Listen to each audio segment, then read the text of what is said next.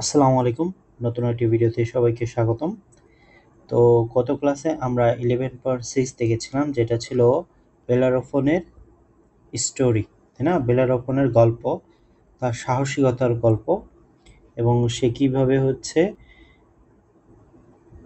তার একটা বড় বিপদ থেকে নিজেকে রক্ষা করেছিল।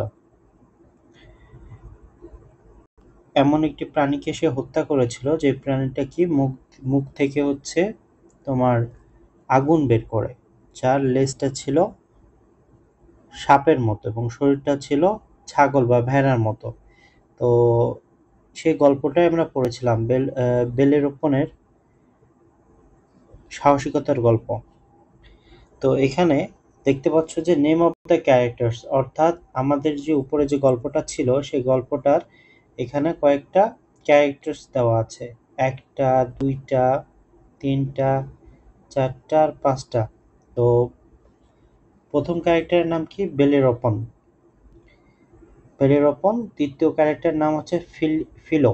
তৃতীয় ক্যারেক্টারের নাম হচ্ছে প্রিন্স প্রয়েটস। চতুর্থ ক্যারেক্টার হচ্ছে কিং লোবাটিস এবং পঞ্চম হচ্ছে পেগাসাস।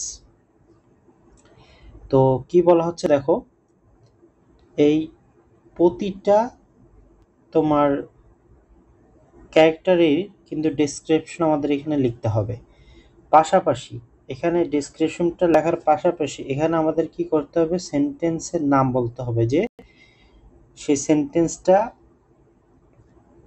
কোন সেন্টেন্সে আছে, অর্থাৎ এখানে যে সেন্টেন্সে আমরা এটাকে ব্যাখ্যা করব সেটা কোন সেন্টেন্সে আছে এবং সেটার স্ট্রাকচার লিখতে হবে। যেমন এখানে একটা করে দেওয়া আছে, বলতেছে যে ফিলিও কি? ফিলিও হচ্ছে ফিলো হচ্ছে তোমার বেস্ট ফ্রেন্ড ছিল। কার বেস্ট ফ্রেন্ড ছিল? বেলেরোপনের বেস্ট ফ্রেন্ড ছিল। এবং বেলেরোপন ফিলোর সাথে তার অধিকাংশ সময় কাটাইতো। এবং ফিলো কি ছিল? একটা বড় ডগ। বড় কি ছিল? বড় ডগ ছিল। DOG, ডগ ছিল, বড় ডগ। তো ওই বড় একটি ডগের নামই ছিল ফিলো, এবং ফিলো বেলেরোপনের বেস্ট ফ্রেন্ড ছিল। এখন এইটা সাধারণত অ্যাসার্টিভ সেন্টেন্সের মাধ্যমে প্রকাশ করা হয়েছে, স্ট্রাকচার অফ দ্য সেন্টেন্স। এবং এটা সাবজেক্ট, ভার্ব এবং ফুল স্টপ দেখতে পাচ্ছ তোমরা। তো প্রিন্স প্রয়েটস, দেখো এখানে খেয়াল করো, প্রিন্স প্রয়েটস তাহলে কে ছিল? আমাদের সেটা ডিসক্রাইব করতে হবে। কিং লবার্টাস কে ছিল? পেগাসাস কে ছিল? তো এটা আমরা নিচে বর্ণনাগুলো দেখব। তো প্রথমে আছে বেলিরোফন। বেলিরোফনটা সে হিরো অফ লুসিয়া। দেখতে পাচ্ছ, হিরো অফ লুসিয়া। কেন? কারণ সে একটি প্রাণীকে হত্যা করে এনেছিল। একটা প্রাণী হত্যা করার পর তার মাথা এনেছিল, যার নাম ছিল কাইমেরা। নাম কি? কাইমেরা। সে কাইমেরা নামে একটি প্রাণীকে হত্যা করে তার মাথা এনেছিল, যেটা দেখে লিশিয়ার যে রাজ্য, সেখানকার মানুষ তাকে হিরো হিসেবে গ্রহণ করেছিল এবং হি ওয়াজ চার্জড উইথ কিলিং প্রিন্স প্রয়েটস। তাকে মূলত যুবরাজ প্রয়েটসকে হত্যা করার জন্য, ঠিক আছে, তাকে অভিযুক্ত করা হয়েছিল যে তুমি তো যুবরাজকে হত্যা করেছো, অর্থাৎ এখন তুমি যদি কাইমেরাকে মেরে ফেলতে পারো তাহলে তোমাকে মুক্তি দেওয়া হবে, এবং তুমি যে ইনোসেন্ট, তুমি যে নিষ্পাপ সেটা ধরে নেওয়া হবে। তুমি যদি একে হত্যা না করতে পারো তাহলে ভাবা হবে যে না, আসলে তুমি প্রিন্স প্রিন্স প্রোটোসকে তুমি মেরে ফেলেছো। তো এখন দেখো, এটা কি? এটা মূলত অ্যাসার্টিভ সেন্টেন্সে আছে। Assertive as the structure of the sentence. আর এটার গঠনটা subject, verb, dash dash dash, full stop. এটা স্ট্রাকচার। দ্বিতীয়টা দেখো, ফিলো তো আমরা দেখলাম। তৃতীয়টা প্রিন্স প্রিটাস বা প্রোয়েটাস। হ্যাঁ, তো প্রিন্স প্রোয়েটাসের প্রোয়েটাস কে ছিল? সে খুব জেদি ছিল এবং সে king king live king king Iobates in Lycia. লিশিয়ার রাজা লবাটিসের পুত্র ছিলেন। লোবাটিসের পুত্র ছিলেন। He didn't have good reputation, তার কি ভালো রেপুটেশন ছিল না। He was killed by a giant serpent, সে একটা বড় সাপের আঘাতে মারা যায়। Because trying to cross a lake without permission, সে একটি হ্রদ কি করার চেষ্টা করেছে, দেখো সে একটা হ্রদ পার হওয়ার চেষ্টা করেছিল, কিন্তু দৈত্যকর সাপের পারমিশন নিয়েছিল না বলে সে তাকে হত্যা করে। তো এইটাও দেখো অ্যাসার্টিভ সেন্টেন্সে আছে, কারণ এটার গঠন হচ্ছে সাবজেক্ট ভার্ব, তারপর হচ্ছে ফুল স্টপ। আচ্ছা, পরেরটা খেয়াল করো, পরেরটা হচ্ছে বলতেছে কিং, পরেরটা হচ্ছে কিং লোবাটিস। লোবাটিস হচ্ছে সে হচ্ছে লিশিয়ার রাজা ছিল, এবং সে খুব জেনারেস ছিল এবং ফরগিভ বেলেরোপনকে সে মাফ করে দিয়েছিল, তার নিজের সন্তানকে মেরে ফেলেছিল, তারপরেও তিনি হচ্ছে বেলেরোপনকে মাফ করে দিয়েছিল। এটা কি দেখো, assertive as the sentence start with subject pronoun he, then come with the verb and objective, মানে দেখো প্রথম তিনটাই কিন্তু কি অ্যাসার্টিভ সেন্টেন্সে। তারপরে দেখো পেগাসাস, পেগাসাসের কথা কি বলতেছে যে he is a winked horse, তার হচ্ছে কি ডানাযুক্ত ঘোড়া। হেল্প মি হিউম্যান, সে কি বলেছিল যে আমাকে সাহায্য করো মানব। টু সেড টু দ্য বেলোরোফেন, বেলোরোফেনকে বলেছিল যে আমাকে সাহায্য করো।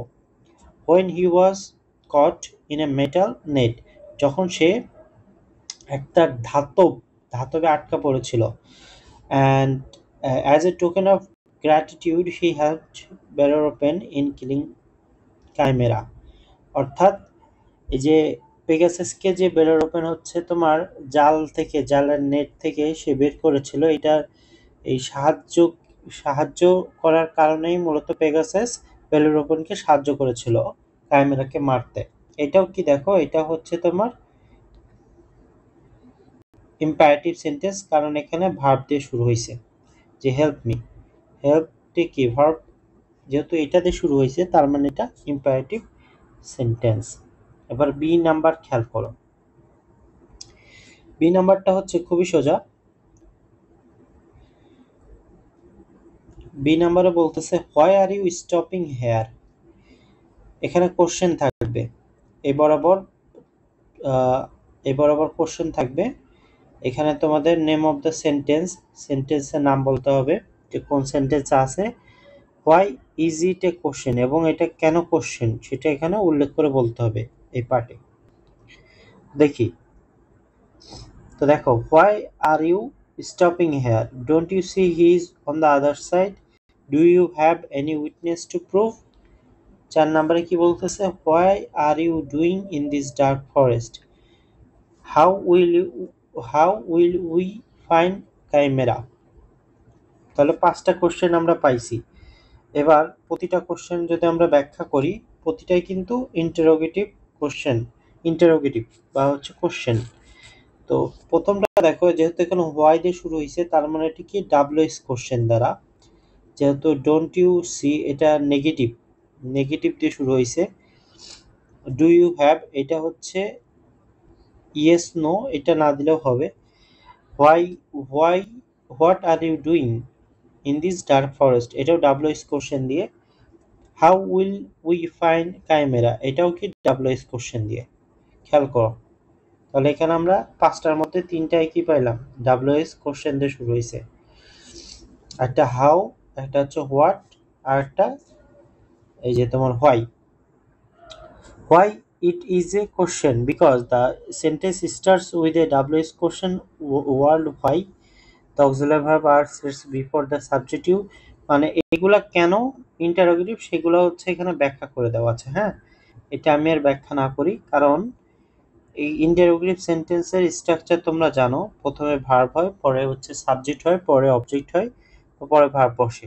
তো ওইটাকে বলতেছে, যেমন ধরো লাস্টে আমি 5 নাম্বারটা যদি বলি, the sentence start with WH question, যেটা এখানে বলতেছি যে হাউ দিয়ে শুরু হয়েছে, তার মানে ডাব্লিউএস কোশ্চেন দিয়ে তো শুরু হবেই। Auxiliary verb will sits before the subject we, এবং কি হয়েছে, উইর আগে উইল ব্যবহৃত হয়েছে, and the sentence ends with a question mark, যে কোশ্চেন মার্ক দ্বারা শেষ হয়েছে, দেখতে পাচ্ছ এটা। দেখো এখানে কোশ্চেন মার্ক দ্বারা শেষ হয়েছে, যে এখানে। তো বুঝতে তো পারছো প্রতিটাই সেম। আর এটা হচ্ছে 2 নাম্বার ছিল, হ্যাঁ। আর 3 নাম্বার যেটা সেটা হচ্ছে তোমার খুবই সিম্পল। প্রথমে টাইপ অফ সেন্টেন্স, তারপর the sentence from the story, the name of the sentence, why it is an imperative, optative or exclamatory sentence। তার মানে আমাদের এখানে তিনটা সেন্টেন্সের কথা আমরা এখানে জানতে পারবো। একটা হচ্ছে ইম্পারেটিভ, অপটেটিভ এবং আরেকটা হচ্ছে এক্সক্লামেটরি। তো types of sentence, sentence story থেকে সেন্টেন্সগুলো আমরা দেখবো, তারপরে সেগুলো নাম জানবো, সেগুলো ইম্পারেটিভ, অপটেটিভ নাকি এক্সক্লামেটরি। তো এখানে দেখো তিনটা দেওয়া আছে, একটা হচ্ছে অর্ডার বা রিকোয়েস্ট, একটা হচ্ছে প্রেয়ার্স, আর একটা হচ্ছে স্ট্রং ফিলিংস। তাহলে অর্ডার বা রিকোয়েস্ট কখন করা হয়? ইম্পারেটিভ সেন্টেন্সে, তাই তো। প্রেয়ার্স কখন করা হয়? অপটেটিভ সেন্টেন্সে। স্ট্রং ফিলিং কি কখন সাধারণত করা হয়? এক্সক্লামেটরি সেন্টেন্সে। আচ্ছা, এবার অর্ডার, রিকোয়েস্ট এটসেট্রা, এটাকে তুমি যদি আহ, এটার এক্সাম্পল চাও তাহলে স্টোরি থেকে আমরা পাই যে গো আফটার হিম, মানে এটা গো আফটার হিম এটা মূলত ইম্পারেটিভ সেন্টেন্সের example. Help me human, help me human, request করতেছে যে মানব আমাকে সাহায্য করো। গো আফটার হিম অর্ডার করা হচ্ছে এখানে, তো এটা বোঝাই যাচ্ছে যে এটা ইম্পারেটিভ সেন্টেন্স। পরেরটা দেখো প্রেয়ার্স। প্রেয়ার্স মানে কি? আমরা সাধারণত জানি কাউকে, কারোর জন্য দোয়া করা, আশীর্বাদ করা, সেগুলো ক্ষেত্রে ইম্পারেটিভ সেন্টেন্স, অপটেটিভ সেন্টেন্স ব্যবহার হয়ে থাকে। যেমন wish you good luck, may you live long my son, এগুলা। স্ট্রং ফিলিং কি? স্ট্রং ফিলিং এর ক্ষেত্রে এক্সক্লামেটরি, এটা তো আমরা জানি। তারপরে এখানে এক্সাম্পল হচ্ছে হাউ ডেয়ার ইউ, তোমার কত সাহস বা কত স্পর্ধা। ডেঞ্জারাস ইয়োর টাস্ক ইজ, তোমার কাজটি কতই না ঝুঁকিপূর্ণ। আই হোপ বুঝতে পারছো। নেক্সট ক্লাসে আমরা লাস্ট টপিক 11.8 দেখব ইনশাআল্লাহ। আনটিল দেন সবাই ভালো থেকো। আসসালামু আলাইকুম রহমতুল্লাহ।